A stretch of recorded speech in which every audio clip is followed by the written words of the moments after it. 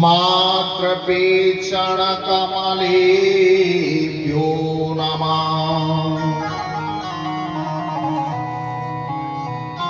इष्टदेवता ग्रामदेवताभ्यो कुलदेवताभ्यो नमः।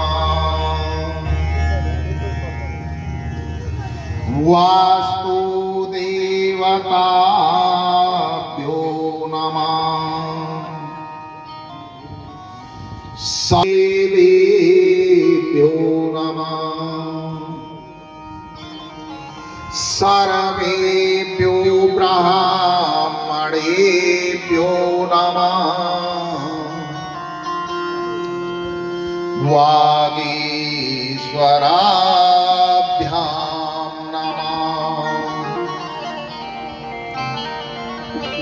सचन्द्राभ्यां नमः।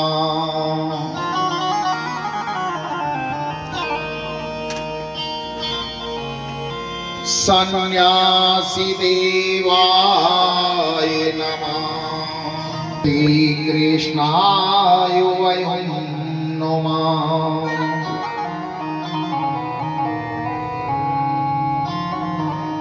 यं प्रव्रजन्तमनुपेतमपेतकीर्त्यम् द्वैपायनो विरह कातर्या जुहाव। पुत्रेति तन्मया तरभुविनोदस्तं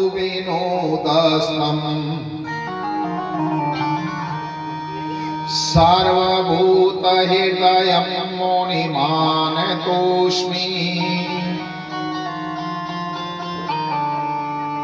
कर्पूरगौरं करुणावतारम् संसारसारं भुजगेन्द्रहारम् सदा वसन्तं हृदयारविन्दे।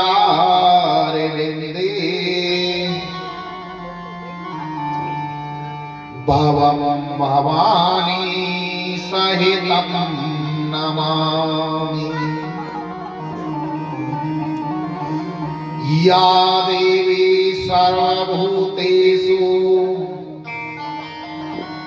शक्तिरूपेण संस्थिता नमस्तस्यै नमस्तस्यै नमस्तस्यै नमो नमः।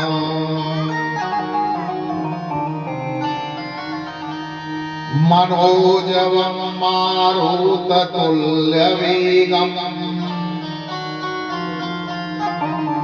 जितेन्द्रियं बुद्धिमतां वरिष्ठम् वातात्मजानवानरयूथमुख्यम् श्रीरामदूतं शरणं प्रपद्ये।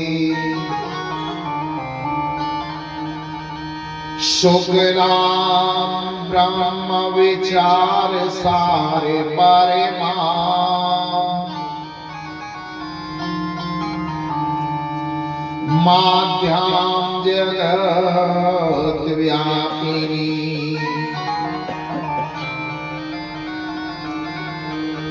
वीणां पुस्तकधारिणीमभयदाम्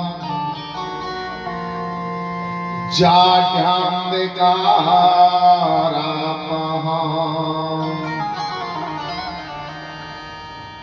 हस्ते स्फाटिकमालिकामविदवती पद्मासने संस्थिता।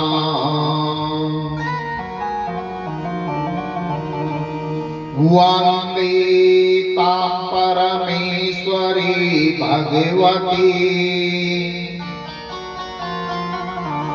बोधि प्रदाम शारदाम। जय जय श्री राधा रमण। जय जय श्री नवल किशोर। जय गोपी चित चोर प्रभु। जय जय माखन चोर। गोविंद जय जय गोपाल जय जय। गोविंद जय जय गोपाल जय जय। गोविंद जय जय गोपाल जय जय। गोविंद जय जय गोपाल जय जय। राधा रमण हरि गोविंद जय जय। राधा रमण हरि गोविंद जय जय। गोविंद जय जय गोपाल जय जय।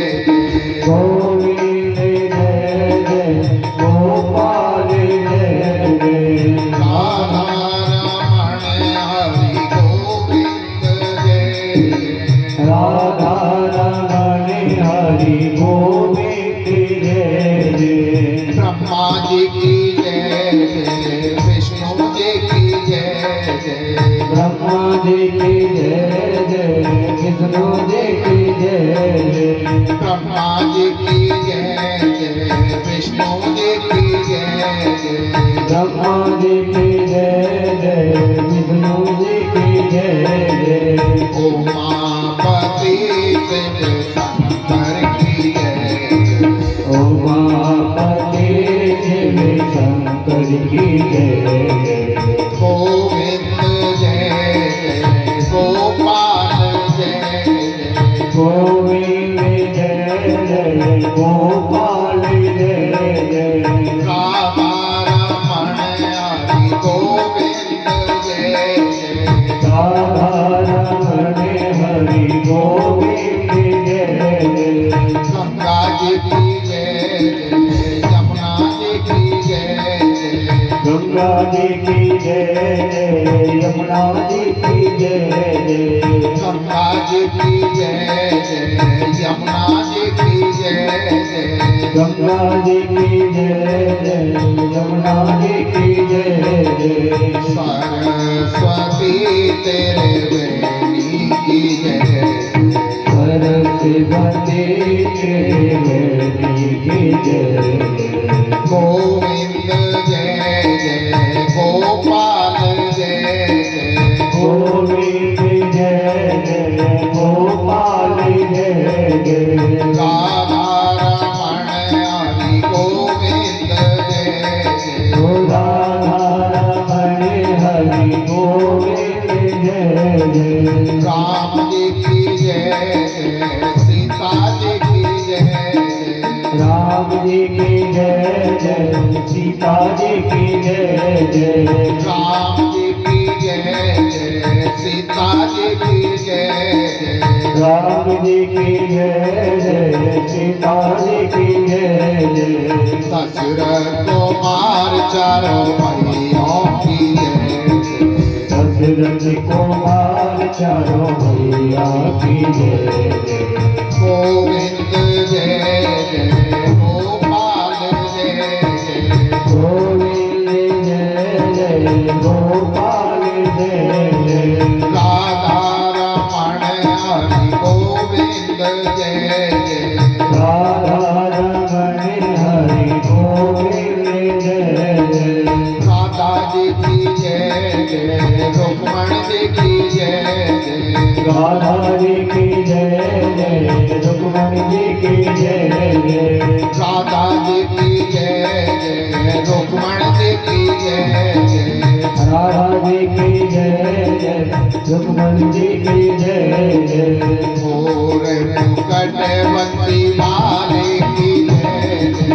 गोरी मुकुट बंसी वाले की जय गोविंद जय जय गोपाल जय जय गोविंद जय जय गोपाल जय जय राधा रमण हरि गोविंद जय जय राधा रमण हरि गोविंद जय जय गोविंद जय जय बोलो गोपाल जय जय गोपाल जय जय गोविंद जय जय बोलो गोपाल जय जय गोविंद जय जय बोलो गोपाल जय जय राधा रमण हरि गोविंद जय जय राधा रमण हरि गोविंद जय जय गोविंद बोलो हरि गोपाल जय जय गोविंद बोलो हरि गोपाल जय जय गोविंद बोलो हरि गोपाल जय जय गोविंद बोलो हरि गोपाल जय जय राधा रमण हरि गोविंद जय जय राधा रमण हरि गोविंद जय जय राधा रमण हरि गोविंद जय जय राधा रमण हरि गोविंद जय जय रमण हरि गोविंद जय जय राधा रमण हरि गोविंद जय जय परम मंगल में परात पर अखिलेश्वर अकारण करुणा वरुणालय भक्त वांछित कल्पतरु श्री पीतांबरधारी श्री बालकृष्ण लाल की वाममयी मूर्ति श्रीमद् भागवत महापुराण है। बोलो श्रीमद् भागवत महापुराण की जय बोलो सुखदेव जी महाराज की जय बोलो परीक्षित जी महाराज की जय बोलो भक्त और भगवान की बोलो गौ माता की जय बोलो वस्ती माता की जय बोलो गंगा मैया की जय बोलो जमुना मैया की जय बोलो बागेश्वर धाम की जय बोलो सन्यासी बाबा की जय बोलो दादा गुरु महाराज की जय बोलो अपने अपने गुरु गोविंद भगवान की जय बोलो अपने अपने मताई बाप की जय जय जय श्री राधे श्याम। परम आदरणीय सर्वमात्र शक्ति पिता तुल्य पुरुष शक्ति विप्र समाज संत समाज मेरे संगीतकार भक्त श्रोता और जहां तक मेरी आवाज जा रही है वहां तक के सभी भक्त प्रेमियों को मैं डॉक्टर संजय भारद्वाज व्यासपीठ से चरणों में कोट कोट नमन करता हूं। बोलो राधे राधे। सिया राम में सब जग जानी भैया करहूं प्रणाम जोरे जोग पानी करहूं प्रणाम करे जोरे जोग पानी। आज चतुर्थ दिवस की कथा में प्रवेश करने से पूर्व जो कलयुग के अवतारी हैं जिनका चारों युग में प्रताप है ऐसे वीर बलवंत हनुमंत लाल के चरणों में दंडवत प्रार्थना करते हैं। अगर भगवान की कथा का कोई सच्चा वक्ता है तो वो हनुमान जी महाराज, और अगर कोई सच्चा श्रोता है वो भी हनुमान जी महाराज हैं। हम और आप तो केवल निमित्त मात्र हैं, करने वाले वही हैं और कराने वाले भी वही हैं। ऐसे वीर बलवंत हनुमंत लाल के चरणों में प्रार्थना करते हैं। कथा प्रारंभ होत है। आओ वीर हनुमान, आसन आई विराज कर, करौ सर्व कल्याण। श्री सुखदेव जी महाराज कहते हैं कि हे राजन परीक्षित, वैसे तो भगवान के 24 के 24 अवतार वंदनीय हैं, परंतु मानव जीवन से जो ज्यादा जुड़े हुए हैं दो अवतार हैं।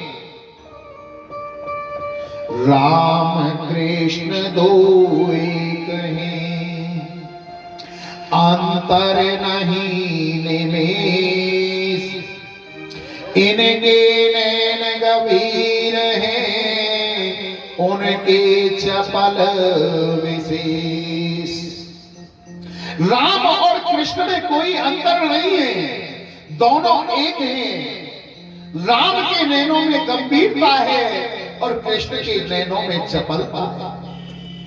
राम ने जो जीवन में किया वो हमें अपने जीवन में उतारना चाहिए। जब हम राम कथा को पढ़ते हैं, रामायण को पढ़ते हैं, राम कथा से हमें ज्ञान प्राप्त होता है कि भाई का भाई के प्रति क्या प्रेम होता है, पिता का पुत्र के प्रति क्या प्रेम होता है और पुत्र का पिता के प्रति क्या दायित्व होता है, पुत्र का माता के प्रति क्या प्रेम है और माता का पुत्र के प्रति क्या स्नेह है। ये सब बातें हमें रामायण से ज्ञात होती है, राम कथा से ज्ञात होती है। राम ने जो जीवन में किया वो हमें अपने जीवन में उतारना चाहिए और कृष्ण ने जो अपने मुंह से गीता जी में कहा है वह हमें अपने जीवन में उतारना चाहिए। श्री सुखदेव जी महाराज वर्णन करते हैं कि नारायण के पुत्र हुए ब्रह्मा और ब्रह्मा जी के पुत्र हुए मरीचि, मरीचि के पुत्र हुए कश्यप और कश्यप के पुत्र हुए सूर्य। सूर्य का एक और नाम है जिसे विवस्वान के नाम से जाना जाता है, यहीं से सूर्यवंश प्रारंभ होता है। विवस्वान के द्वारा जो पुत्र उत्पन्न हुए उन्हें हम वैवस्व मनु के नाम से जानते हैं। वैवस्व मनु के पुत्र जो हुए उन्हें हम सुमंतु कहते हैं। एक बार सुमंतु शिव जी के आश्रम में चले गए और उसका परिणाम ये हुआ कि उन्हें स्त्री बनना पड़ा। उन्होंने अपने देह का ही त्याग कर दिया। वैवस्व मनु की बड़ी चिंता हुई। इनके 10 पुत्र थे, सबसे बड़े पुत्र का नाम था सरयाती। सरयाती महाराज के यहाँ पर एक कन्या का जन्म हुआ जिसका नाम था सुकन्या। एक बार सरयाती अपनी सेना और अपनी उस सुकन्या के साथ वन में जंगल में गए शिकार के लिए। वहां जाकर के देखा कि वहां एक बहुत बड़ा मिट्टी का ढेला लगा हुआ था, मिट्टी कटी हुई थी और उस ढेले में कुछ छिद्र दिखाई दे रहे थे। उस सुकन्या ने एक लकड़ी उठाई और कौतूहलवश उस लकड़ी को उन छिद्रों में कुचोया, गढ़ाया। उस मिट्टी के अंदर शमन ऋषि तपस्या कर रहे थे। उनके शरीर पर इतनी दीमक और मिट्टी चढ़ गई थी कि उनका शरीर दिखाई नहीं दे रहा था। केवल नेत्रों के छिद्र और नासिका के छिद्र, इतनी जगह खाली थी सांस लेने के लिए। जब उस सुकन्या ने उन छिद्रों में डंडी की तो शमन ऋषि के नेत्र फूट गए, उनकी तपस्या खुल गई और अपने आसन से खड़े हुए तो सारी प्रजा कांपने लगी, सारी सेना कांपने लगी। राजा सरयाती कांपने लगा कि कहीं इस ऋषि हमें श्राप न दे दे भस्म होने का। न चाहते हुए भी सरियाती ने अपनी उस सुकन्या का विवाह चमन ऋषि के साथ कर दिया। चमन ऋषि ने अश्वनी कुमारों को बुलाया। अश्वनी कुमारों ने चमन ऋषि को रोशनी प्रदान कर दी। सूर्यवंश में एक और प्रतापी राजा हुआ जिसका नाम था नवक, और नवक के नाभक हुए। नावक के जो पुत्र हुए उन्हें राजा अम्बरीश के नाम से जाना जाता है। कौन नहीं जानता राजा अम्बरीश का नाम। राजा अम्बरीश वर्ष भर के अंदर जितनी भी एकादशियां आती थी, प्रत्येक एकादशी का निर्जला व्रत किया करते थे, उपवास किया करते थे। आज अम्बरीश महाराज ने एकादशी का व्रत किया बड़े प्रेम से, लगन से, भाव से। और दूसरे दिन राजा अम्बरीश के यहाँ पर संत दुर्वासा जी का आगमन हुआ।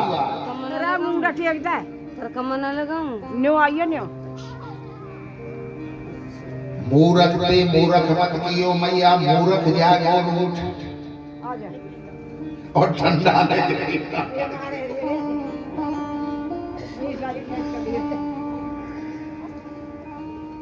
राजा अम्बरीश ने एकादशी का व्रत किया बड़े भाव से, और दूसरे दिन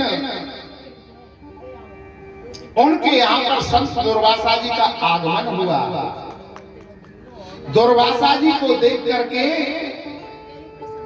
राजा अम्बरीश कहने लगे, अहो भाग्य हमारे, जो हमारे द्वार पर एक ब्राह्मण संत पधारे। प्रार्थना करने लगे कि हे संत जी, हे ब्राह्मण जी, हमने कल एकादशी का व्रत किया, आज द्वादशी है, और द्वादशी परायण अगर किसी ब्राह्मण को संत को भोजन करा के खोला जाए तो उसका तो आनंद ही अलग है।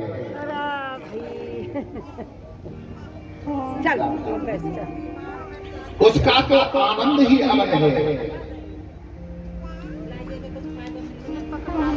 संत दुर्वासा जी कहने लगे कि हे राजन, एकादशी का व्रत तो हमने भी किया है, किनारे अपना संध्या आदि करने के लिए चले गए। और कई बार क्या होता है कि द्वादशी के दिन द्वादशी, और जिन्होंने एकादशी का व्रत किया है उन्हें द्वादशी में परायण कर लेना चाहिए। त्रयोदशी में एकादशी का परायण नहीं होता, नहीं तो उसका फल क्षीण हो जाता है। आज ऐसा ही हुआ कि द्वादशी कुछ ही क्षण में खत्म होने वाली थी, समाप्त होने वाली थी, त्रयोदशी लगने वाली थी। राजा अम्बरीश ने अपने गुरु ब्राह्मणों से पूछा कि हे गुरुजी, हे ब्राह्मणों में क्या करूं, मैंने संत दुर्वासा जी को निमंत्रण दिया है भोजन करने का, और द्वादशी समाप्त होने जा रही है, और बगैर उन्हें भोजन कराए मैं अपनी एकादशी का परायण कैसे करूं।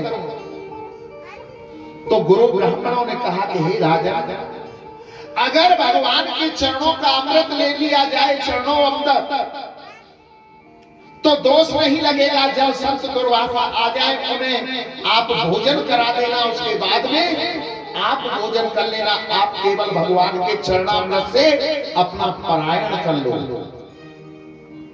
गुरु ब्राह्मणों की ऐसी बात सुन करके राजा अम्बरीश जैसे ही अपने व्रत को परायण करने के लिए चला, एकादशी का व्रत परायण करने के लिए चला, तो उसी समय संत दुर्वासा आ जाते हैं और कहा कि हे राजन, हमको निमंत्रण देकर के आप अपना एकादशी का परायण करने जा रहे हो। उन्हें क्रोध आ गया और अपनी जटाओं से एक बाल को उखाड़ा, पृथ्वी पर देकर के मारा। कृत्या नाम की राक्षसी उत्पन्न हो गई, और वो राक्षसी कृत्या राजा अम्बरीश को मारने के लिए दौड़ी। तो राजा अम्बरीश हाथ जोड़ करके खड़े हो गए और कहने लगे कि अगर मैंने भक्त और भगवान में संत और भगवान में कोई अंतर समझा है तो ये कृत्या मुझे जला करके अभी इसी क्षण भस्म कर दे।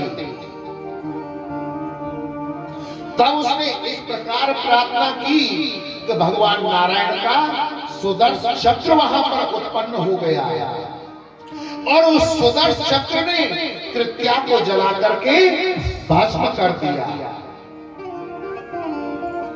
आगे आगे राजा को श्राप देने वाले संत दुर्वासा चल रहे हैं, दौड़ लगा दी कि इस सुदर्शन चक्र ने मेरी कृत्या का हनन कर दिया, मार दिया, अब ये मुझे भी नहीं छोड़ेगा। और पीछे पीछे सुदर्शन चक्र चल रहा है। संत दुर्वासा जी शिवलोक में गए, कैलाश पर्वत पर भगवान शंकर के पास और कहने लगे कि हे भोले बाबा मेरी रक्षा करो, मेरी रक्षा करो, ये सुदर्शन चक्र मुझे जलाकर भस्म कर देगा।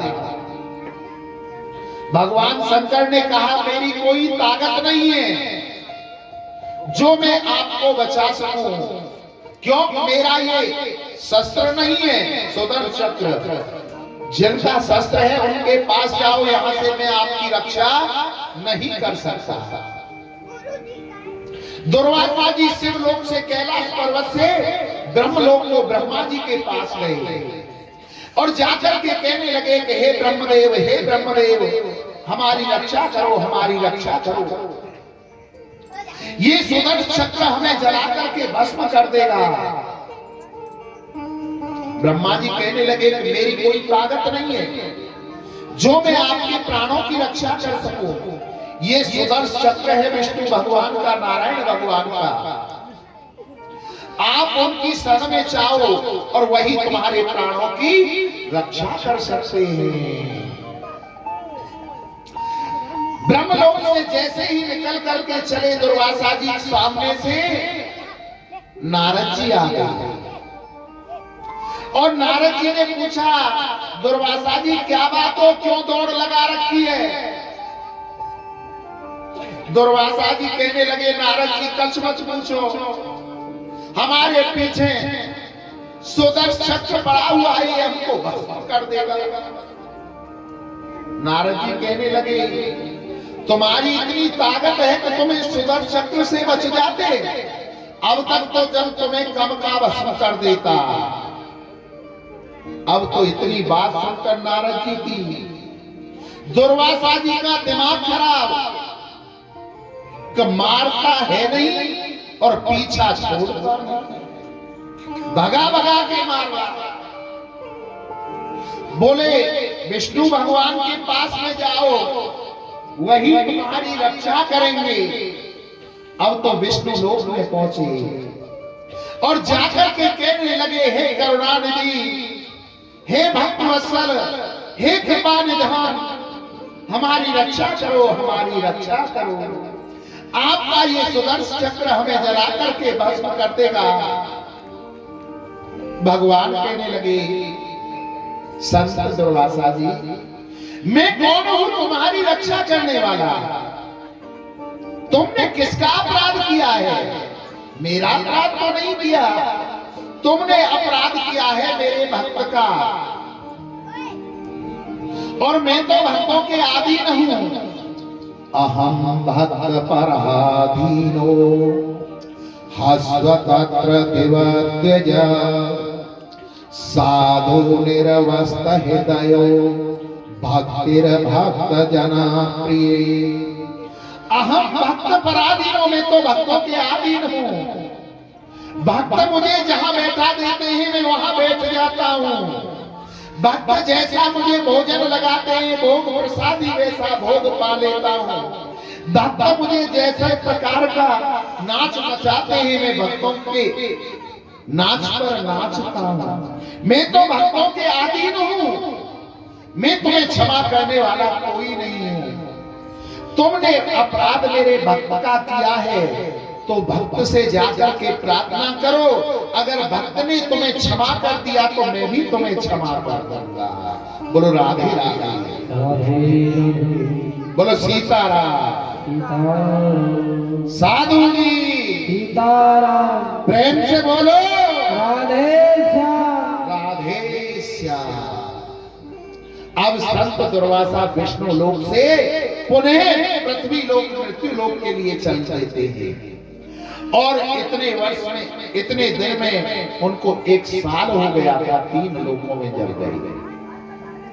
और राजा अम्बरीश आज भी अपने द्वार पर उस जल को हथेली में लेकर के खड़ा है कि जब तक संत दुर्वासा को भोजन नहीं करा दूंगा तब तक मैं भी इस जल को भी ग्रहण नहीं करूंगा।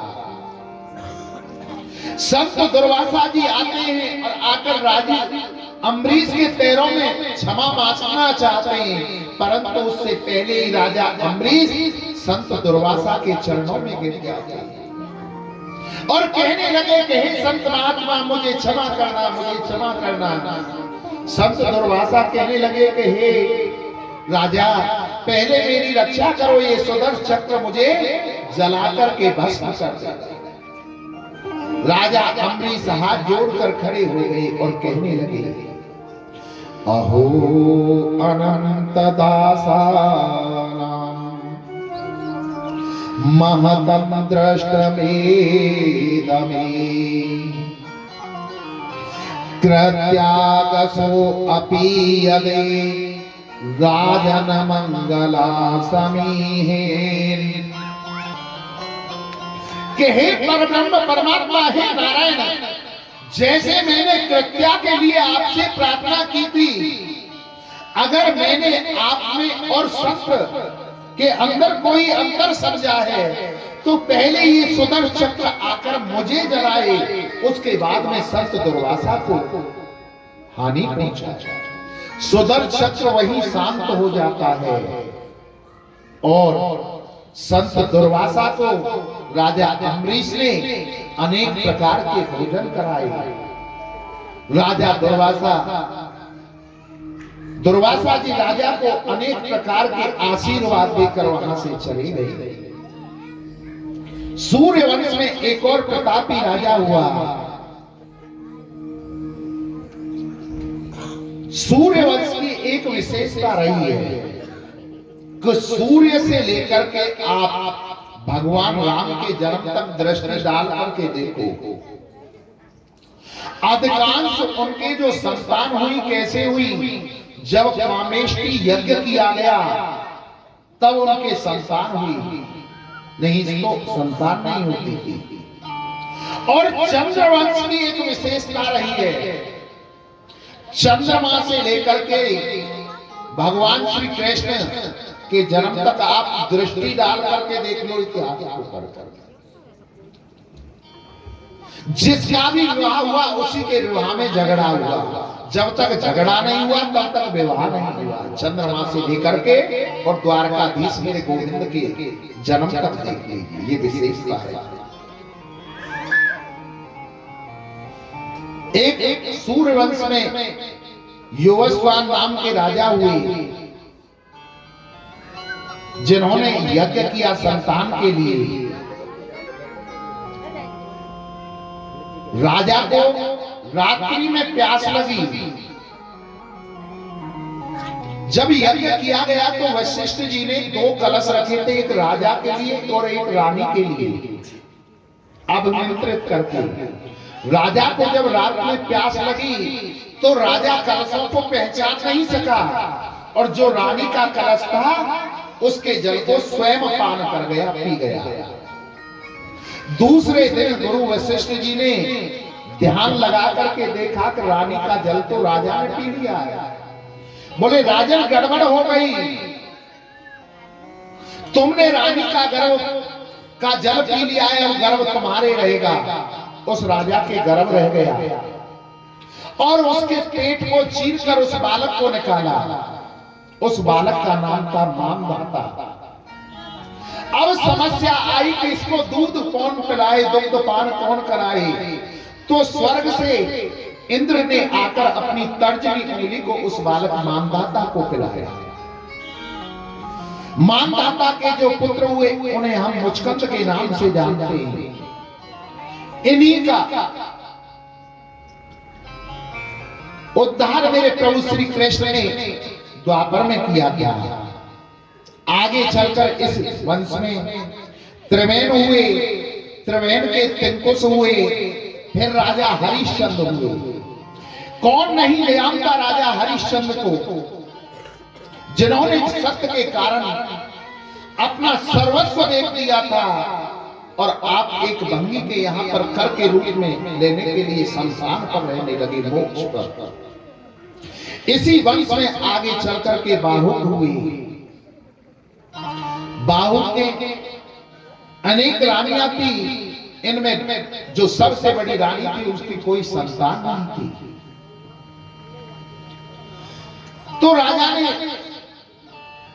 यज्ञ में चरु उत्पन्न की, प्राप्त की और अपनी रानी को देने के लिए तैयार हुए। का अन्य रानियों ने जल के कारण, द्वेष के कारण उस रानी की खीर में विष मिला दिया, जहर मिला दिया। तो उस रानी से जो गर्व ठहरा वो नष्ट होने वाला था। तो गुरु वशिष्ठ जी ने अपनी मंत्र शक्ति से उस बालक की रक्षा कर दी। परंतु बालक जब उत्पन्न हुआ तो उसके सर पर वो जहर रखा हुआ था। तो जहर रखने के कारण सिर के ऊपर उस बालक का नाम सगर पड़ गया। सगर के दो विवाह हुए, एक सुमिति के साथ और एक केसरी के साथ। केसरी ने असमंजस आदि दो पुत्रों को जन्म दिया और जो सुमिति थी उसने एक मांस के पिंड को जन्म दिया। जब उस रानी ने देखा कि मेरे गर्भ से एक मांस का पिंड आया है तो उसे बड़ा क्रोध आया और उसने गड़सा लिया और उस मांस के पिंड के टुकड़े करने प्रारंभ कर दिए, उसे काटना प्रारंभ कर दिया, उस पर गरसा बजाना प्रारंभ कर दिया। इतने टुकड़े किए 60,000 टुकड़े। और विधाता की लीला देखो कि वो 60,000 टुकड़े पुत्रों में बदल गए, पुत्र हो गए। सगर महाराज का वंश इतना बड़ा हो गया। उन्होंने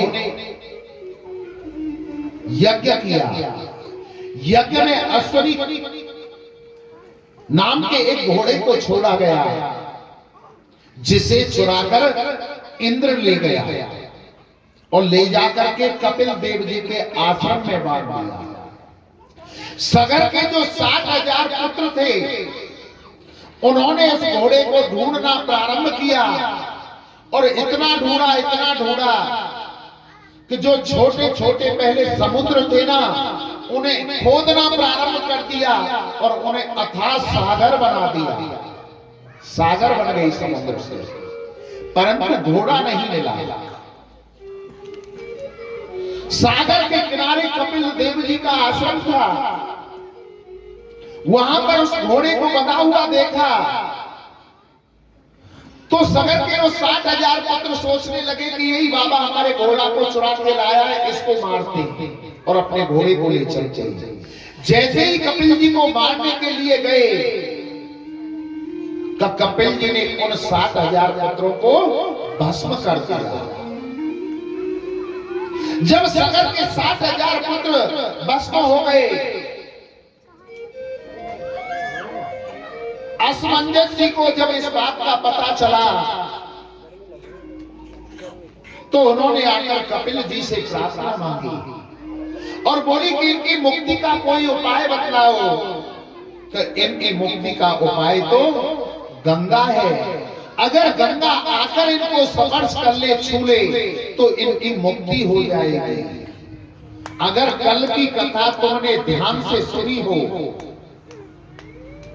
तो कल हमने गंगा की उत्पत्ति बताई थी, गंगा कहां है।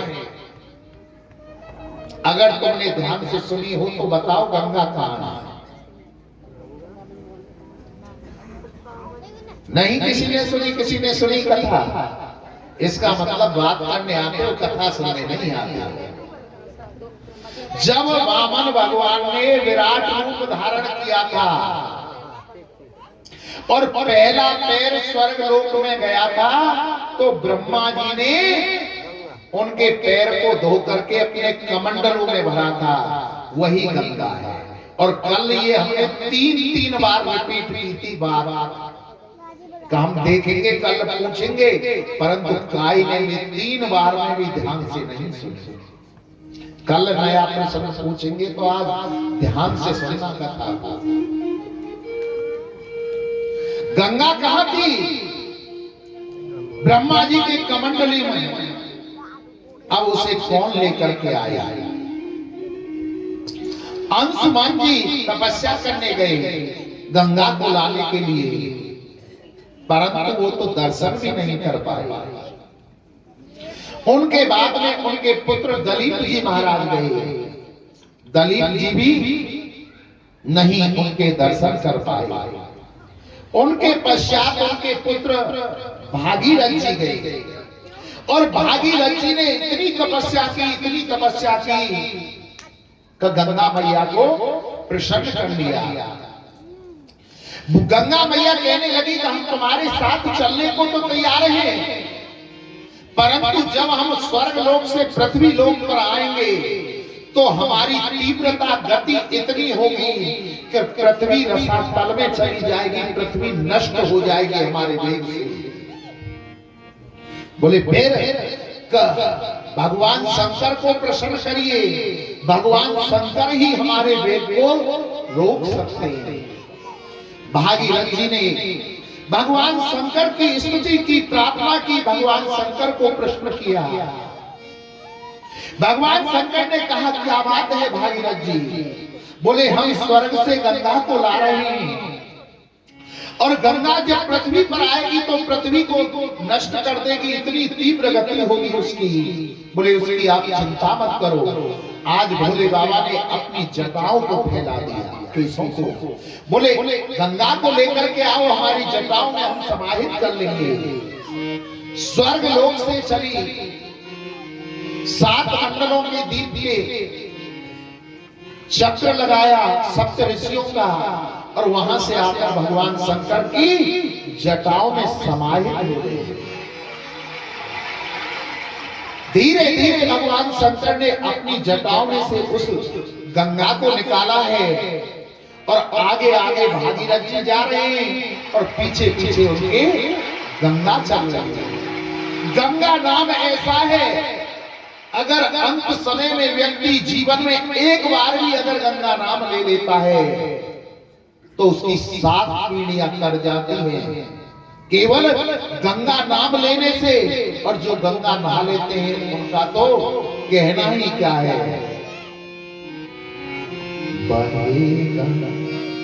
बहे कैसे गंगा की लहर धीरे धीरे,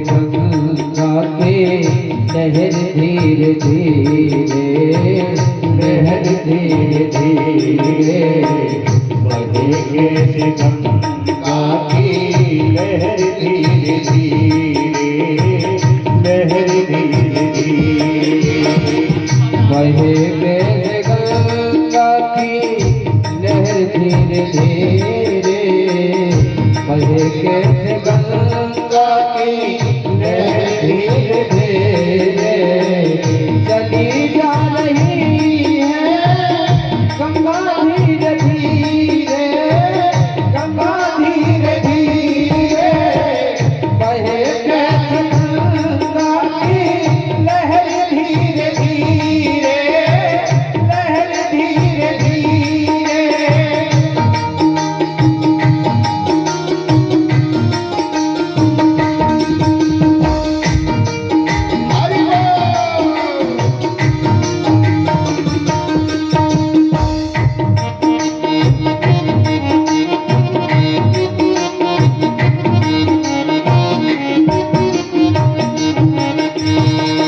हरिद्वार में कैसी शोभा थी माता, हरिद्वार में कैसी शोभा थी माता, हरिद्वार में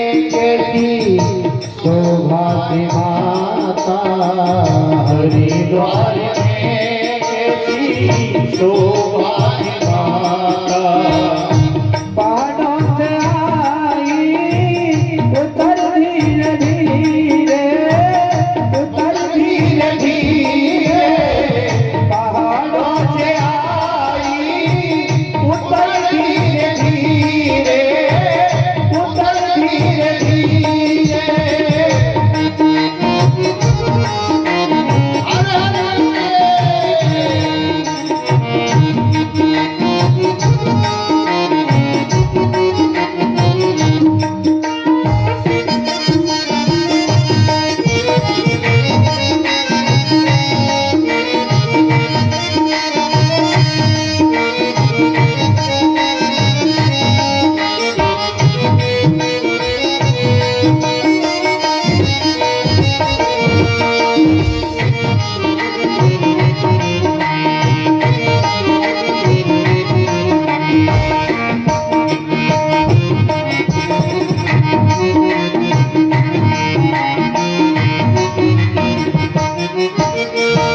बड़े भाग्य उनके जो तेरे किनारे, बड़े भाग्य उनके जो तेरे किनारे, बड़े भाग्य उनके जो तेरे किनारे, बड़े भागियों के जो तेरे किनारे, बड़े भाग्य उनके जो तेरे किनारे, बड़े भागियों के जो तेरे किनारे बसाए गए हैं शहर की लकीरें, शहर की लकीरें, बसाए गए हैं शहर की लकीरें, शहर की लकीरें।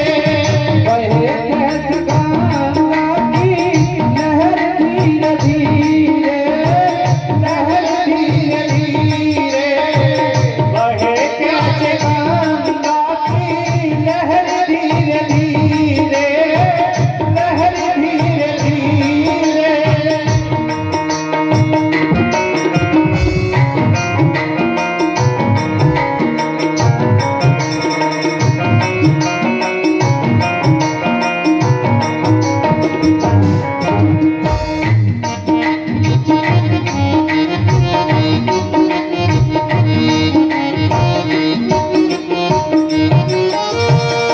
अनेकों की बिगड़ी माँ तुमने बनाए, अनेकों की बिगड़ी बात तुमने बनाई, अनेकों की बिगड़ी माँ तुमने बनाए, अनेकों की बिगड़ी बात तुमने बनाई। मेरी भी नैनों खबर की रही है, खबर की रही है, मेरी भी नैनों खबर की रही है, खबर की रही है। बहे कैसे गंगा की लहर धीरे धीरे, बहे कैसे गंगा की लहर धीरे धीरे, बहे कैसे गंगा की लहर धीरे धीरे, लहर धीरे धीरे, बहे कैसे गंगा की लहर धीरे धीरे, लहर धीरे धीरे, ओ लहर धीरे धीरे, लहर धीरे धीरे, बहे कैसे गंगा की लहर धीरे धीरे। पूरे गंगा मैया की जय, जय जय श्री राम। बोलो गंगा मैया की जय, बोलो जमुना मैया की जय, जय जय श्री राधे श्याम। साधु जी आप तो ऐसे बोल गए सीताराम जैसे जन बेचारे कितने दिना के भूखे हों, रोटी ना मिली हो। साधु जी सीताराम सीताराम, प्रेम से बोलो राधे श्याम। राधे श्याम। अब हमारे पास में गंगा जल आ गया है, हम एक पात्र में आपके पास सबके पास भेज रहे हैं, तो एक एक चम्मच भी सबको गंगा जल देना और गंगा जल का पान कराना सभी को। दे दो सर।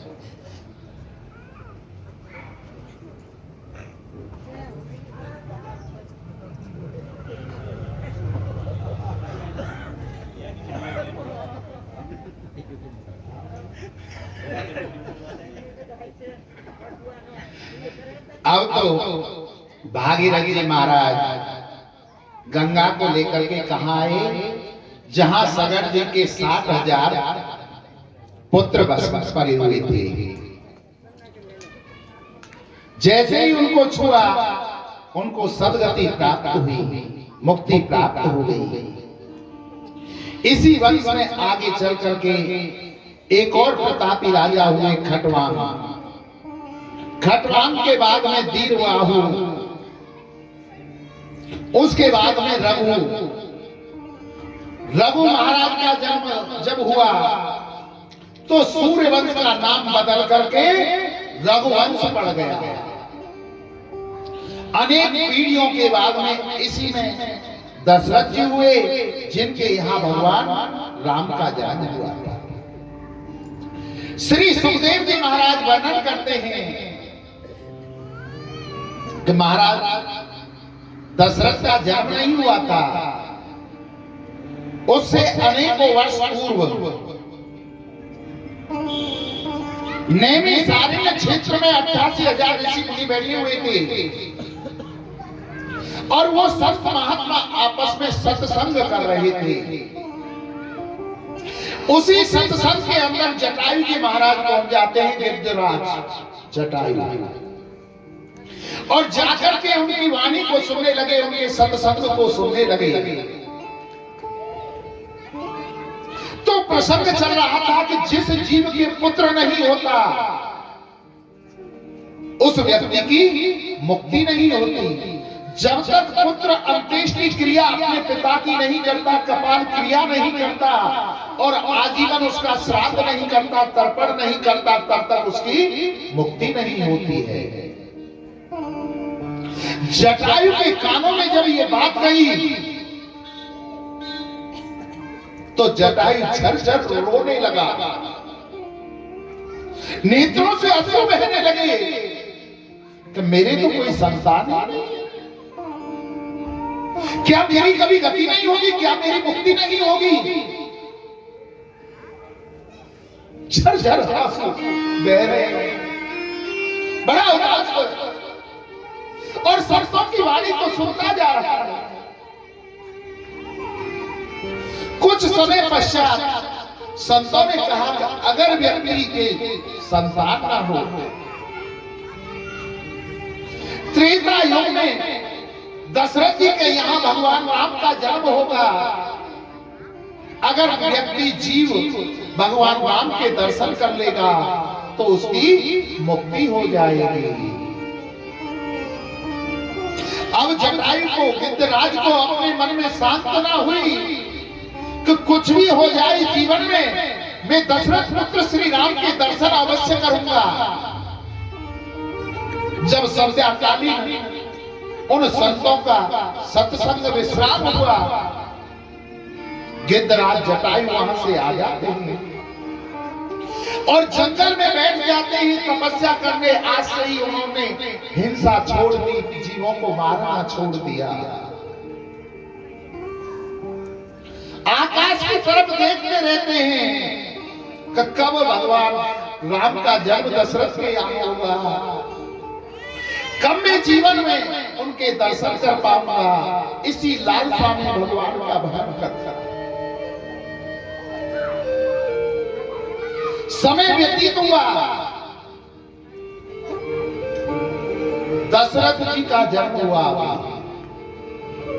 और दशरथ जी जब महाराज मात्र 20 वर्ष के थे तो 20 वर्ष की आयु में ही उन्होंने चक्रवर्ती की उपाधि प्राप्त कर ली थी। पूरे भारत पर उनका राज्य हो गया था। बड़े प्रतापी राजा थे महाराज दशरथ।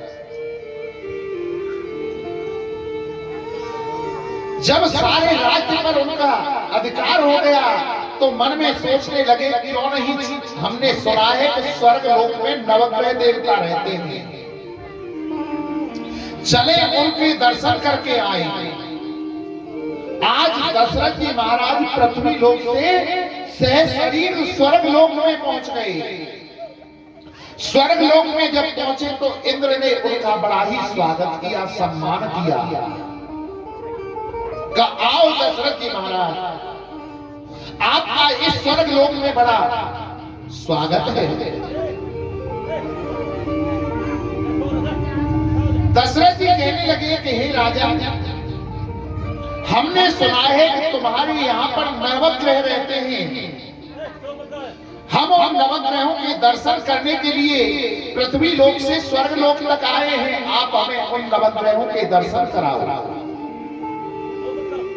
इंद्र राजा दशरथ को सूर्य नारायण के पास लेकर के जाते हैं, चंद्रमा जी के पास लेकर जाते हैं, मंगल जी के यहाँ लेकर जाते हैं, बुध महाराज के यहाँ लेकर जाते हैं, गुरु बृहस्पति जी के यहाँ लेकर जाते हैं, शुक्राचार्य जी के यहाँ लेकर के जाते हैं, राहु के यहाँ ले जाते हैं और केतु के यहाँ ले जाते हैं।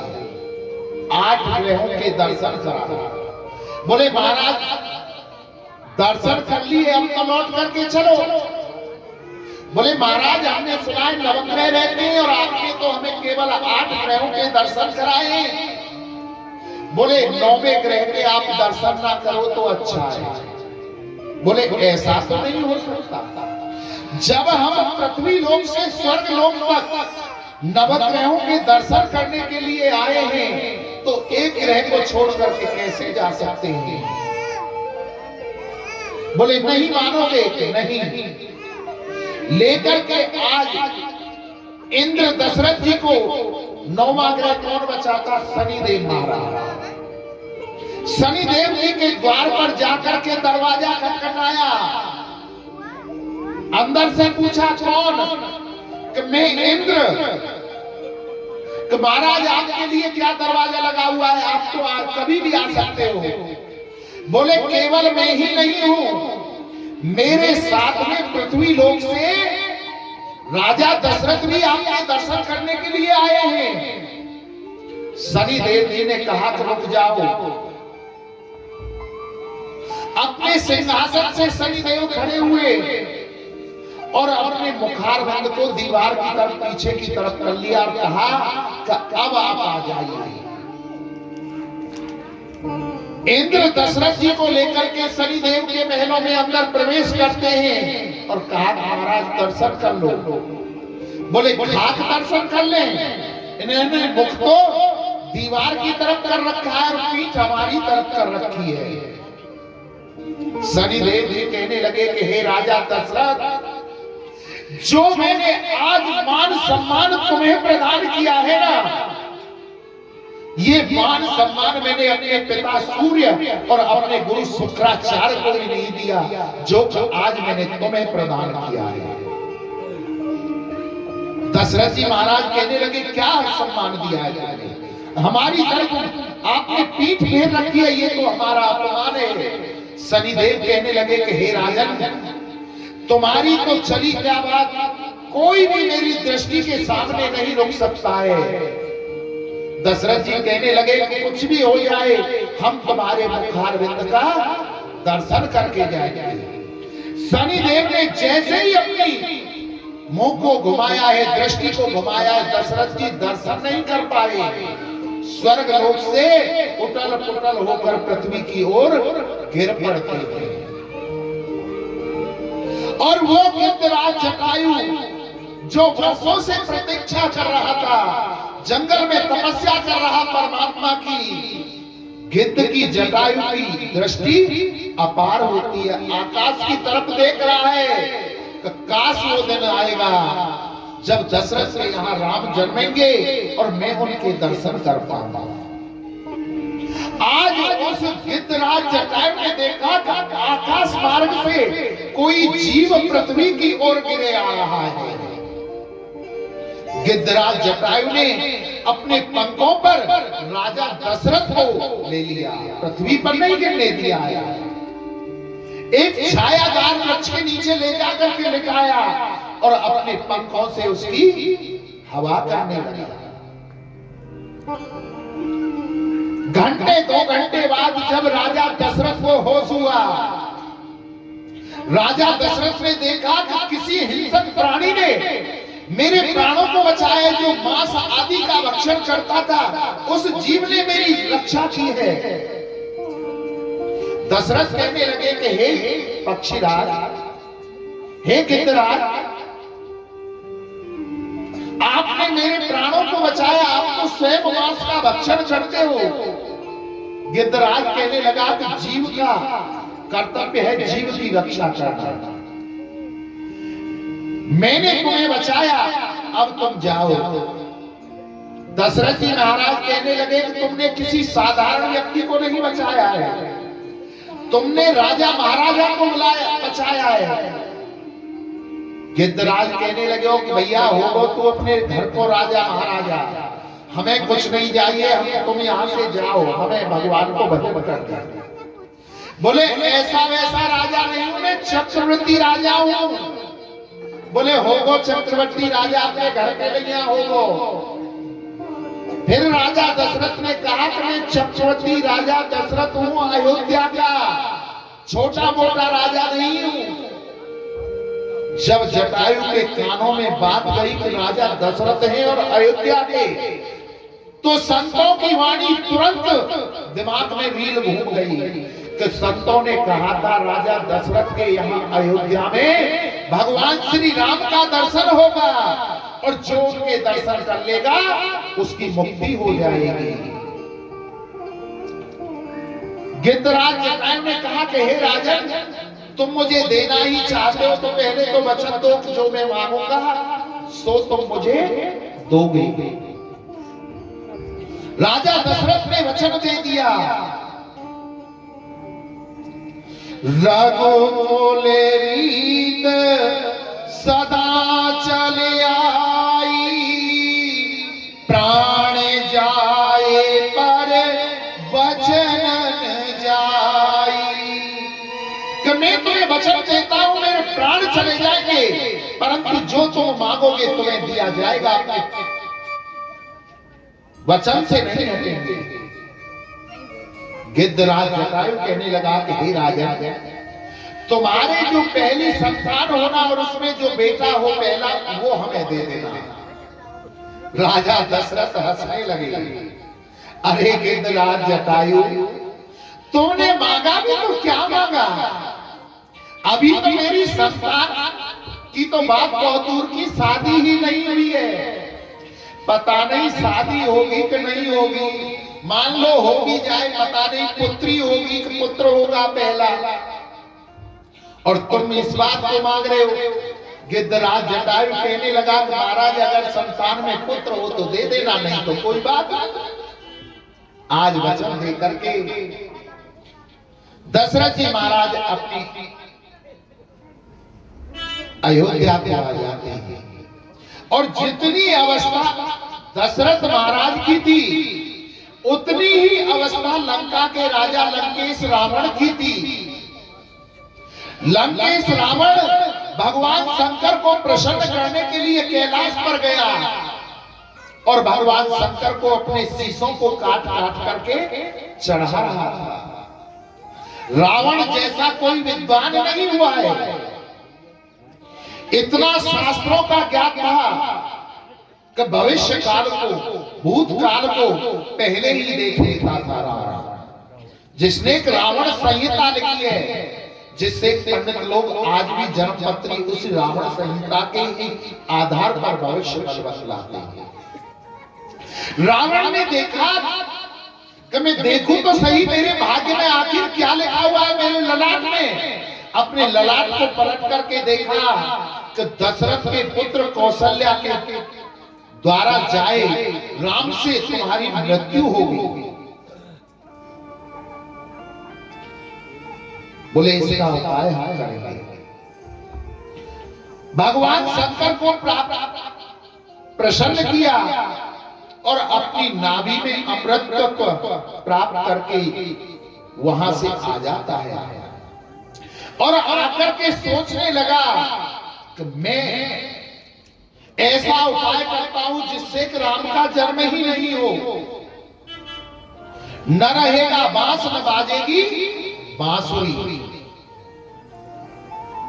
रात को सोते हुए दशरथ महाराज को अयोध्या से चुरा लेता है लंकेश रावण और चुरा करके उसको नपुंसक बना दिया कि न इसकी कुक्षी में वीर्य रहेगा और जब वीर्य ही नहीं रहेगा तो संसार कहां से होगी। और उसे एक मधुसा में बांध करके समुद्र में फेंक देता है। उधर कौशल्या को उठाता है, कौशल्या को भी मधुसा में बांध करके समुद्र में फेंक देता है। परंतु विधाता को कुछ और ही मंजूर था। ब्रह्मा जी ने दोनों के प्राणों की रक्षा कर ली और एक टापू पर उन दोनों की शादी कराई ब्रह्मा जी ने स्वयं, दशरथ जी महाराज और कौशल्या। कौशल्या को लेकर राजा दशरथ अपनी नगरी अयोध्या में आते हैं। उसके बाद उनके दो विवाह और होते हैं, एक कैकेयी के साथ में और एक सुमित्रा के साथ में। परंतु चौथी अवस्था बुढ़ापे को आ जाते हैं, संतान नहीं हुई। संतान कहां से हो? कुक्षी में तो वीर्य ही नहीं था, वीर्य ही नहीं तो संतान कहां से हो? गुरु वशिष्ठ जी के पास गए और जाकर के कहा, गुरु जी देखो चौथी अवस्था आने को हो रही है और अब तक कोई संतान नहीं हुई, कोई उपाय बताओ ना। बोले कामेष्टि यज्ञ कीजिए, कामेष्टि यज्ञ करने से तुम्हें संतान अवश्य प्राप्त होगी। श्रृंगी ऋषि को बुलाया राजा दशरथ ने, कामेष्टि यज्ञ किया। स्वयं नारायण भगवान चरु लेकर के यज्ञ के माध्यम से प्रकट हुए।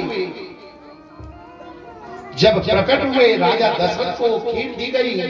उस समय वहां पर एक रानी थी कौशल्या। उस खीर में से आधा भाग किया कौशल्या ने कि इतने में कैकेयी वहां पर आ जाती है। कैकेयी को जैसे ही देने को लिए खीर का पात्र दोनों आगे को बढ़ाया कि एक चील आती है और उस पात्र को उठाकर ले जाती है और कैकेयी देखती रह जाती है। आकाश मार्ग से जब वो चील जा रही थी, पर्वत पर पहुंची तो उस चील के पंजे से वो दोना छूट जाता है और वो कहां जाकर के गिरता है? अंजना माई के हाथों में। भगवान का प्रसाद समझ करके अंजना मां उसे पा जाती है। तभी तो हनुमान जी को राम जी का भाई माना जाता है। शंकर स्वयं केसरी नंदन, भरत समान तुम मम प्रिय भ्राता। भरत के समान प्रिय माना है हनुमान जी को। फिर उस खीर में से आधा भाग करके कैकेयी को दिया कि इतने में सुमित्रा आ जाती और सुमित्रा कहने लगी मेरा भाग कहां है? तुम दोनों ने आधा आधा भाग दिया। तो दोनों रानियों ने फिर अपने अपने भाग में से आधा आधा भाग सुमित्रा को दिया। जो कौशल्या ने भाग दिया था उससे लक्ष्मण जी सुमित्रा को हुए, जो राम जी के साथ में लगे। और जो कैकेयी ने सुमित्रा को भाग दिया था उससे शत्रुघ्न जी उत्पन्न हुए, जो भरत जी के साथ में लगे। तीनों रानियां गर्भवती हो गई। समय व्यतीत होने लगा। चैत का महीना आ गया। नौमी तिथि मधुमास पुनीता शुक्ल पक्ष अविदित हरि प्रीता। शुक्ल पक्ष का दिन था, नौमी तिथि थी, बुधवार का दिन था, दिन के सही 12 बजे थे। शंख चक्र करीब कुंडल वैजयंती माला विभूषित 4 स्वरूप 4 भुजाओं में विष्णु भगवान माता कौशल्या को सबसे पहले दर्शन देते हैं, तभी तो लिखा है कौशल्या हितकारी। माने जब दर्शन किए कौशल्या ने कहा कि मैंने तो तुम्हें पुत्र बना करके बनाया था और तुम तो जगत के पिता बन करके आए हो। तो भगवान कहने लगे कि माता आपको याद हो जब तुमने तपस्या की थी पूर्व जन्म में तो तुमने वर मांगा था, चाहूं तुम्हीं समान सुत प्रभु सन कवन दुराग। कि हे प्रभु मैं तुम्हारे समान ही पुत्र चाहती हूँ। मैंने सारी सृष्टि में अपनी नगाह घुमा करके देखा कि मेरे समान दूसरा तो कोई है ही नहीं, इसलिए आप सरिस खोजऊं कहाँ जाई, न पतम तैन हो में आई। मैं स्वयं ही तुम्हारा पुत्र बन करके आ गया हूं मां। बोले आप कहाँ हो बेटा? आप तो जगत पिता हो। कहीं 10 फुट का बेटा होता है, कहीं बेटे के 4 हाथ होते हैं जो तुम्हारे 4 हाथ हैं। बोले अगर बेटा बनना है तो इनमें से पहले 4 हाथ हटाओ। भगवान ने 4 हाथ हटा लिए। बोले ठीक है भैया अब तो हम तुम्हारे बेटा बन गए, अब तो दरवाजा खोल दो जो नगरवासी हमारे दर्शन कर ले। बोले नहीं नहीं, 10 फुट का कहीं बेटा होता है, पहले छोटे बनिए। जब भगवान कहने लगे भैया जब तेरा बेटा ही बनने आए तो छोटो बनने में कोई सौंप पे जोर पड़े, छोटे बन गए। बोले भैया अब तो खोल दो दरवाजा।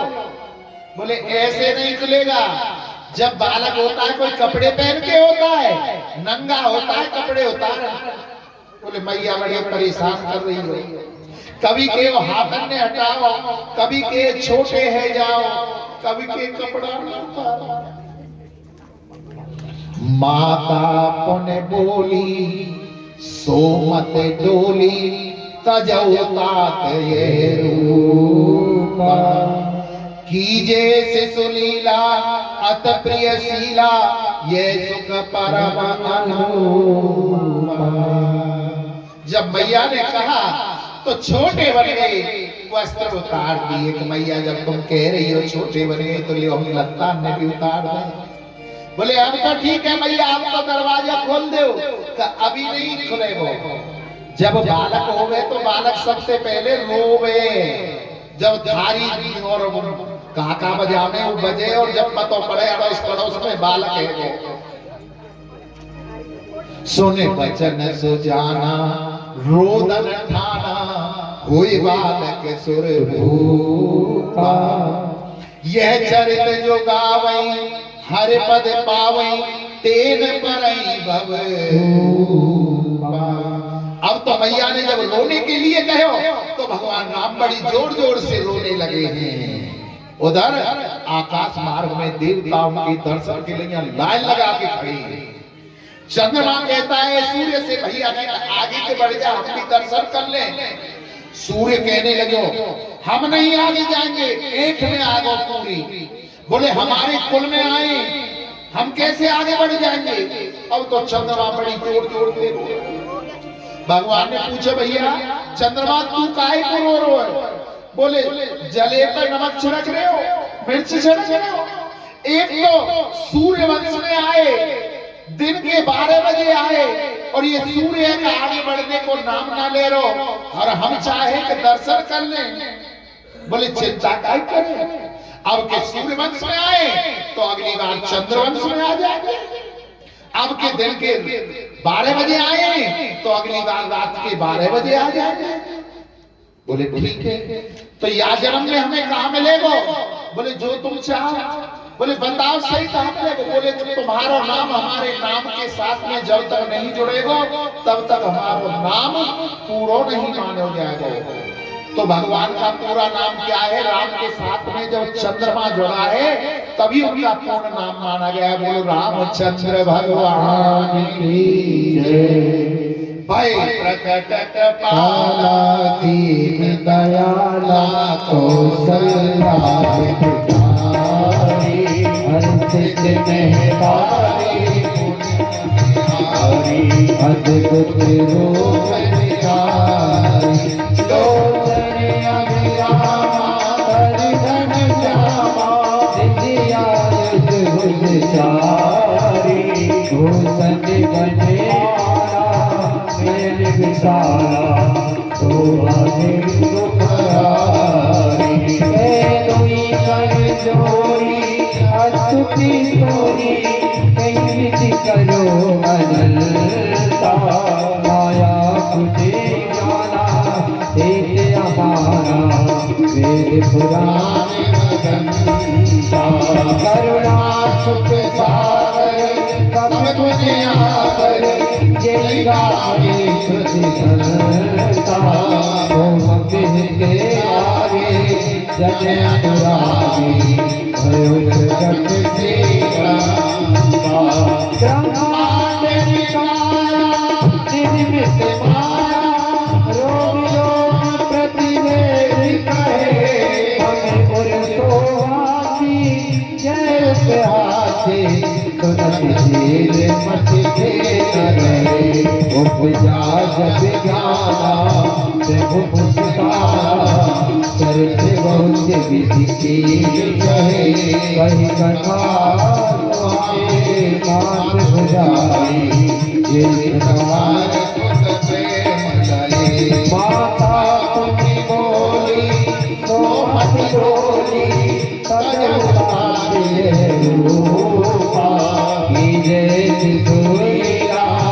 अति प्रिय सीला सुत बचन सुजाना रोल धारा कोई बाल ये चरित्र है हरिपद पाए विप्रधेनु सुजसंत ले मनुज अमिता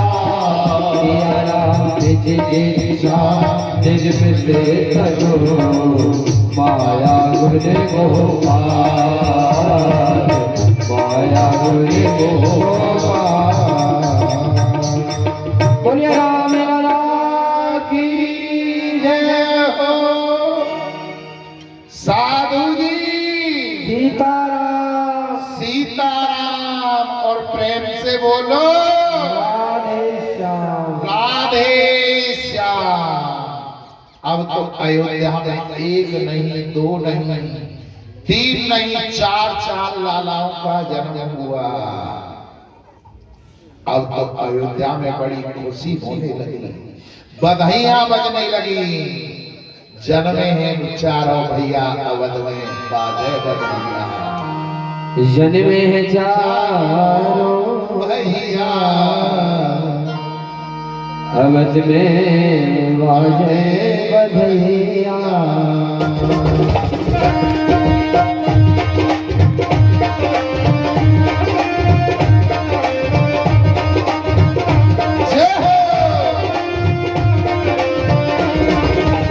जगते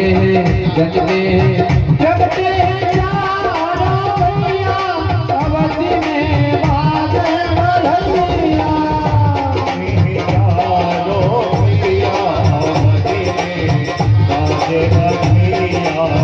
जन्मे चारों भैया अवध में बाजे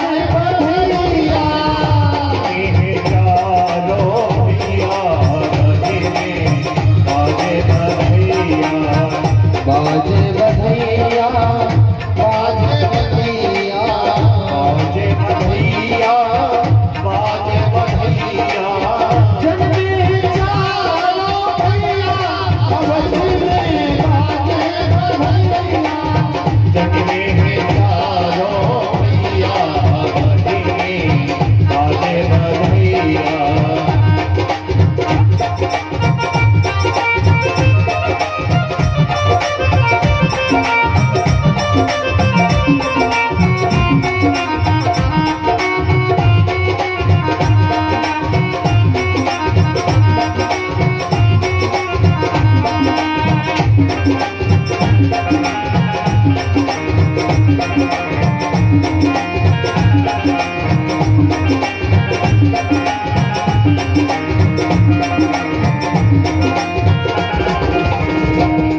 जगमग जगमगी दीवा जलते हैं जगमग जगमगी दीवा जलते हैं जगमग जगमग दिया जलते हैं जगमग जगमगी जगमग जगमगी जगमग जगमगी दिया जलते हैं झिलमिल होती दरिया झिलमिल होती दरिया अवध में बाजे बधैया चारों भैया बाजे बधैया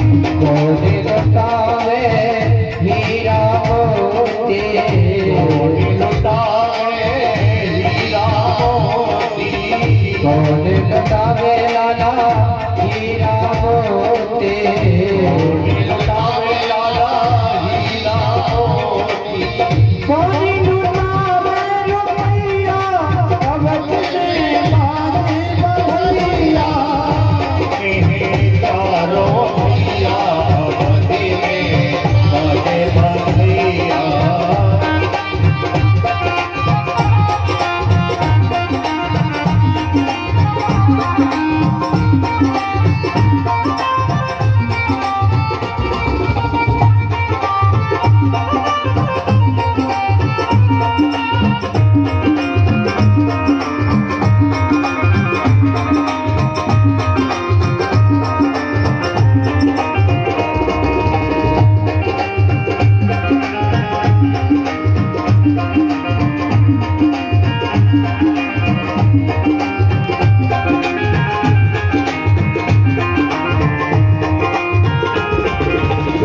राजा लुटावे हीरा मोती राजा लुटावे हीरा मोती मैया लुटावे रुपैया अवध में बाजे बधैया चारों भैया अवधि में बाजे बधैया बधैया बाजे आंगने में बधैया बाजे आंगने में बधैया बाजे लाला आंगने में बधैया बाजे लाला आंगने में राम लखन शत्रुघ्न भरत जे राम लखन शत्रुघ्न भरत जे राम लखन शत्रुघ्न भरत जे राम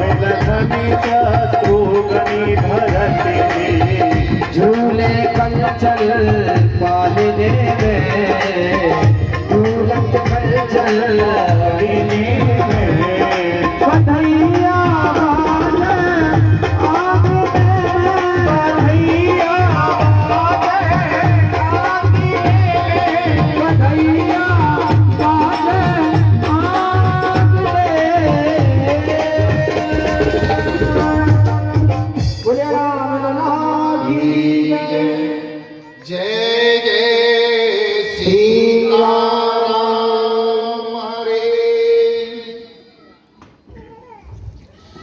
4 भाइयों का जन्म हुआ। बड़ी खुशी हुई, बधाइयां बन रही हैं। लाखों नर नारियां अयोध्या में बधाई लेने के लिए आया। और वो गिद्धराज जटायु आज भी जंगल में बैठा हुआ है, तपस्या कर रहा है।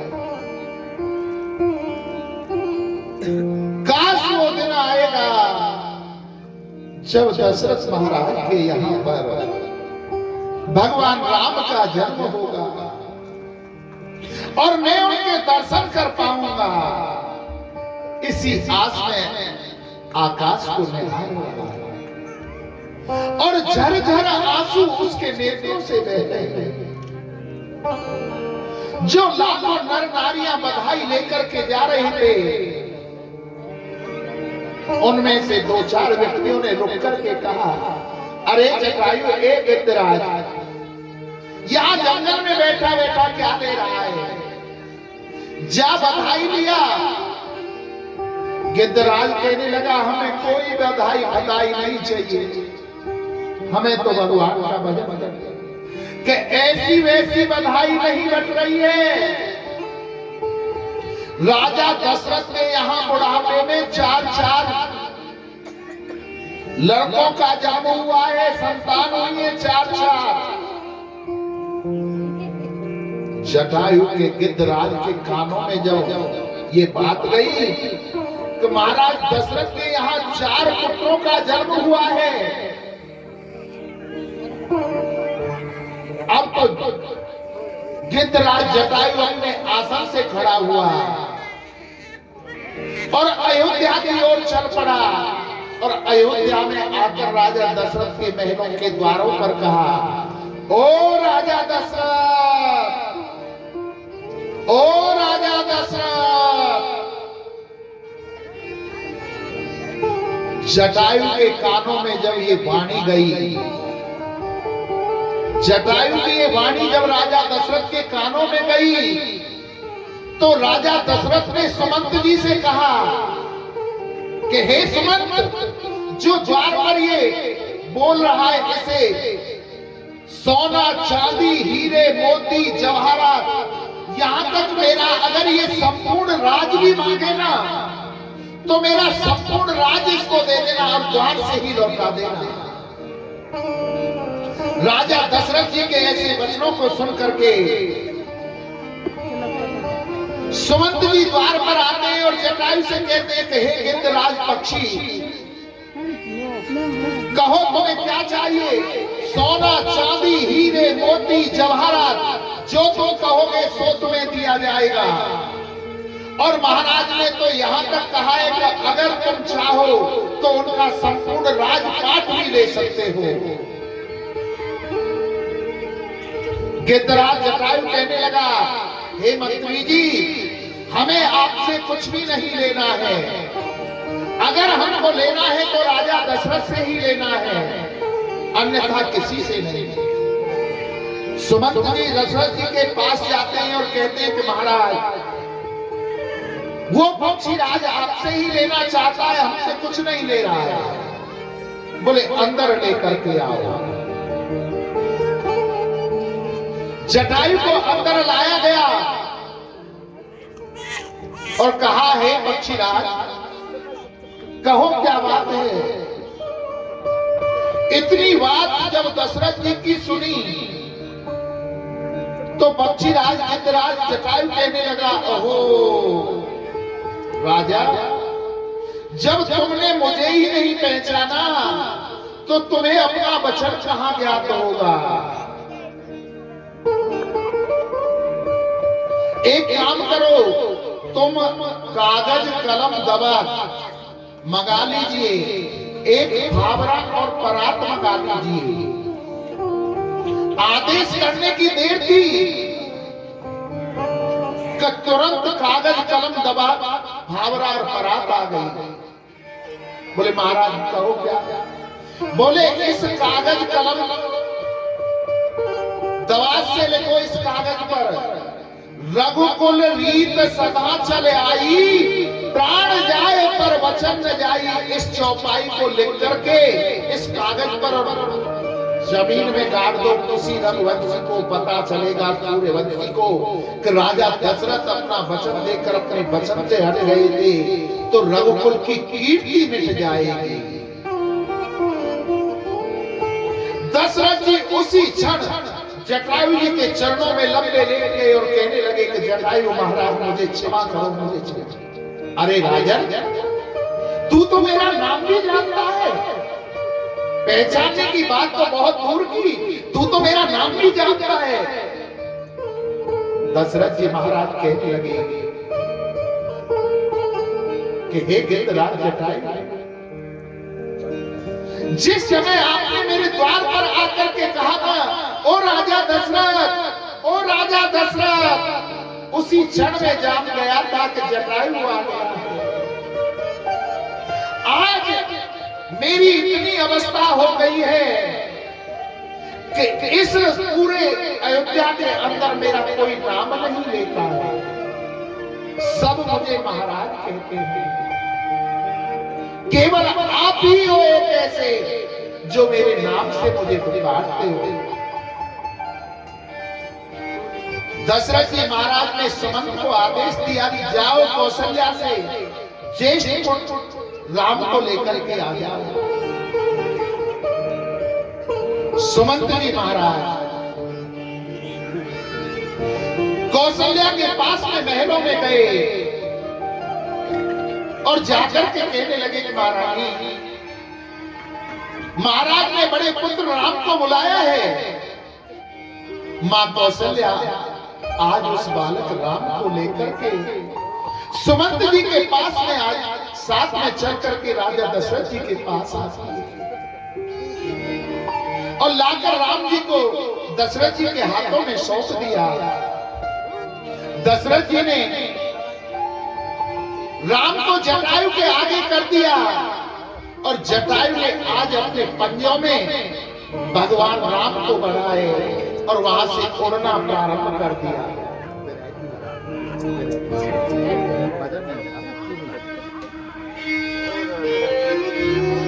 अब तो अपने पंजों में भगवान राम को जटायु ने भरा है और कहता हुआ कि मैं धनवान हो गया, मैं पुत्रवान हो गया, मेरा जीवन धन्य हो गया। ऐसा कहता हुआ जटायु वहां से उड़ करके राम जी को लेकर चल जाता है। मेरे प्रभु ने मन में सोचा कि देखो अभी अभी मेरा जन्म हुआ है अयोध्या में और मेरे माँ बाप ने मेरे बालपन का सुख नहीं भोगा। महाराज दशरथ ने, कौशल्या ने उनको बुढ़ापे में तो जाकर के संतान हुई और ये गिरिराज मुझे लेकर के जा रहा है, उन्होंने मेरा सुख भी नहीं भोगा है बालपन का। जब मेरे प्रभु सुई जैसे छोटे हो सकते हैं तो पहाड़ जैसे बड़े भी हो सकते हैं। मेरे प्रभु ने अपनी आकृति को बढ़ाना प्रारंभ किया और जो गिरिराज जटायु पंजों में राम जी को लेकर के उड़ के जा रहा था, आज गिरिराज जटायु के पैरों से भगवान छूट जाते और जैसे ही छूटे मानो उस गिरिराज के तो प्राण ही निकल गए हो। और उसने दृष्टि डाल करके देखा तो वहां तो नीचे शंख चक्र गदा वरमाला पहने हुए विष्णु भगवान थे। कहने लगा हे जगत पिता, आपको मैं पुत्र बना करके लाया था, आप तो जगत के पिता हो। प्रभु ने पूछा क्यों मुझे पुत्र बनाना चाहता था? अभी अभी मेरा जन्म हुआ, मेरे माता पिता ने मेरे बालपन का सुख भी नहीं भोगा था कि तुम मुझे लेकर के चल दिए थे। गिरिराज जटायु कहने लगा कि हे प्रभु, मैंने संतों की वाणी सुनी थी कि जिस इंसान के, जिस जीव के पुत्र नहीं होता उसकी मुक्ति नहीं होती। जब पुत्र होता है तो पिता की अंत्येष्टि क्रिया करता है, कपाल क्रिया करता है, तो उसकी मुक्ति होती है। आजीवन अपने पिता का श्राद्ध मनाता है तो पिता की मुक्ति होती है। बोल बस इतनी सी बात के लिए तुम हमें अयोध्या से हमारे माता पिता से दूर लेकर के आए। बोले हाँ प्रभु। तो भगवान राम ने कहा कि हे जटायु गिरिराज, हम आपको वचन देते हैं आज रघुकुल रीत सदा चलिया, प्राण जाए पर वचन जाए। कि जिस समय हमारे पिता महाराज दशरथ अपने प्राणों को त्यागेंगे, हम उनकी अंत्येष्टि क्रिया नहीं करेंगे। और जिस समय तुम अपने प्राणों को त्यागोगे जटायु, हम पिता की भांति तुम्हारी अंत्येष्टि क्रिया करेंगे। हम आपको ये वचन देते हैं, आजीवन आपका श्राद्ध करेंगे, आजीवन आपकी भक्ति करेंगे। आज दशरथ जी के पुत्र राम ने जटायु को ये वचन दे दिया और कहा कि हे गिरिराज जटायु, अब आप हमारे माता पिता के पास महलों में लौटाओ। जटायु गिरिराज उन्हें अयोध्या में छोड़ जाता। धीरे धीरे समय व्यतीत हुआ, बालक बढ़ने लगे। उनका नामकरण संस्कार कराया गया। गुरु वशिष्ठ जी को बुलाया।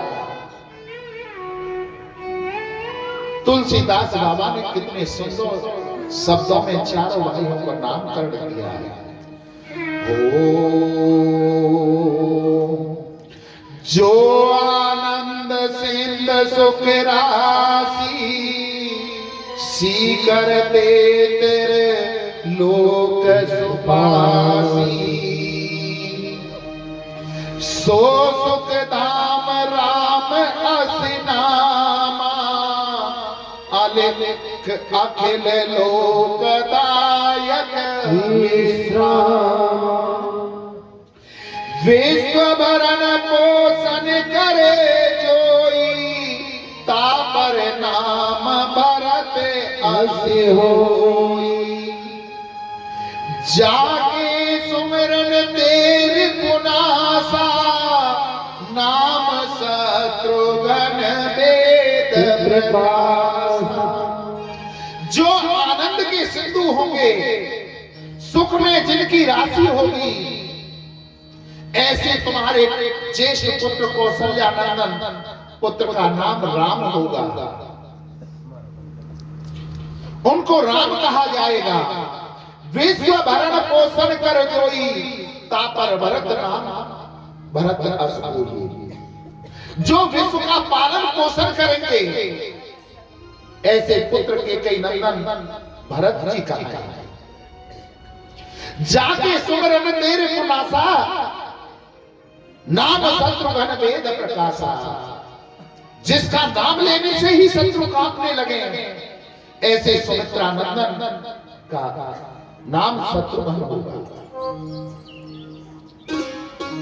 लक्ष्य धाम सुराम प्रिय, सकल जगत आधार राम, सकल जगत आधार। गुरु वशिष्ठ तहि राखियो, लक्ष्मण नाम उदार। कि जिसने केवल अपने जीवन का लक्ष्य ही प्रभु श्री राम के चरणों को बना रखा है, ऐसे सुमित्रा नंदन का नाम लक्ष्मण होगा। चारों भाइयों का नामकरण संस्कार कर थोड़े बड़े हुए, विद्या अध्ययन करने के लिए चारों भाइयों को गुरुकुल में भेज दिया गया। अल्पकाल थोड़े ही समय में विद्या अध्ययन करके आ जाते हैं। और जब विद्या करके अध्ययन करके आए तो विश्वामित्र जी अयोध्या में आ जाते हैं राम और लक्ष्मण को मारने के लिए। विश्वामित्र धरे मारीचाध्याय साचर पश्यतो लक्ष्मणस्तेव हताम नैरेत्य पुंगवा। कि हे राजन, अपने राम और लक्ष्मण को हमें दे दो, हम वन में यज्ञ करते हैं तो निशाचर आकर हमें यज्ञ नहीं करने देते। दशरथ जी महाराज नहीं चाहते थे कि उनकी संतान उनसे दूर हो। गुरु वशिष्ठ जी से पूछा तो गुरु वशिष्ठ जी ने कहा कि हे राजा, राम और लक्ष्मण को विश्वामित्र जी के पास में भेज दो, साथ में भेज दो। बोले क्यों महाराज? बोले जाएंगे दो दो, जा रहे दो, आएंगे चार हो करके। बोले मतलब तो ब्याह हो के आएगा बेटा को, बहू आएंगी बहू। और जब बाप से बेटे की शादी की बात होती है ना, तो बाप तो फूल के कुप्पा हो जाए। दशरथ जी महाराज ने हंसते हंसते राम लक्ष्मण को भेज दिया। विश्वामित्र जी के साथ में गए और जाकर के सबसे पहले ताड़का का उद्धार किया, सवाहु को मारा और एक बाण ऐसा चलाया मारीच के ऊपर, 7 योजन का सागर पारा। मारीच 100 योजन दूर समुद्र पार लंका में जाकर के गिरा। उसके बाद में मेरे प्रभु आगे बढ़ते हैं, कौशल्या पर कृपा करते हैं, गौतम की नारी अहिल्या पर कृपा करते हैं। उधर थोड़ी ही दूर पर जनक नगरी थी। जनक जी महाराज के यहाँ पर एक ऐसा धनुष था जिसे कोई नहीं उठा सकता था। जब उनकी पुत्री सीता जी 14 वर्ष की हुई तो एक दिन घर में चौका लगा रही थी और चौका लगाते लगाते वहां तक आ गई जहां वो धनुष रखा हुआ था। जानकी जी ने, सीता जी ने उस धनुष को उल्टे हाथ से उठाया, चौका लगाया और फिर धनुष को वहीं रख दिया। जनक जी महाराज ये देख रहे थे कि मेरी पुत्री ने इसे बड़े सहज से उठा लिया। जब मेरी पुत्री ने इसे उठा लिया तो इसे उठाने वाला कोई और भी होगा, और जो इसको उठाएगा वही सीता जी का प्रियवर होगा, रघुवर होगा, पति होगा। देश देश के भूपों के पास में चिट्ठी लगकर निमंत्रण भेज दिया। धनुष यज्ञ की रचना करती कि जो आकर के इस धनुष को उठाएगा, तोड़ेगा, उसी के साथ में जानकी जी का विवाह किया जाएगा। विश्वामित्र जी के पास में, गुरु जी के पास में भी निमंत्रण भेजा तो गुरु जी आप आकर हमारे यज्ञ को सफल कराओ। निमंत्रण जब विश्वामित्र जी पर भी गया तो विश्वामित्र जी राम लक्ष्मण जी को लेकर के जनकपुर में आते हैं। अनेक देशों से बहुत बड़े बड़े राजा आए। धनुष यज्ञ प्रारंभ किया गया।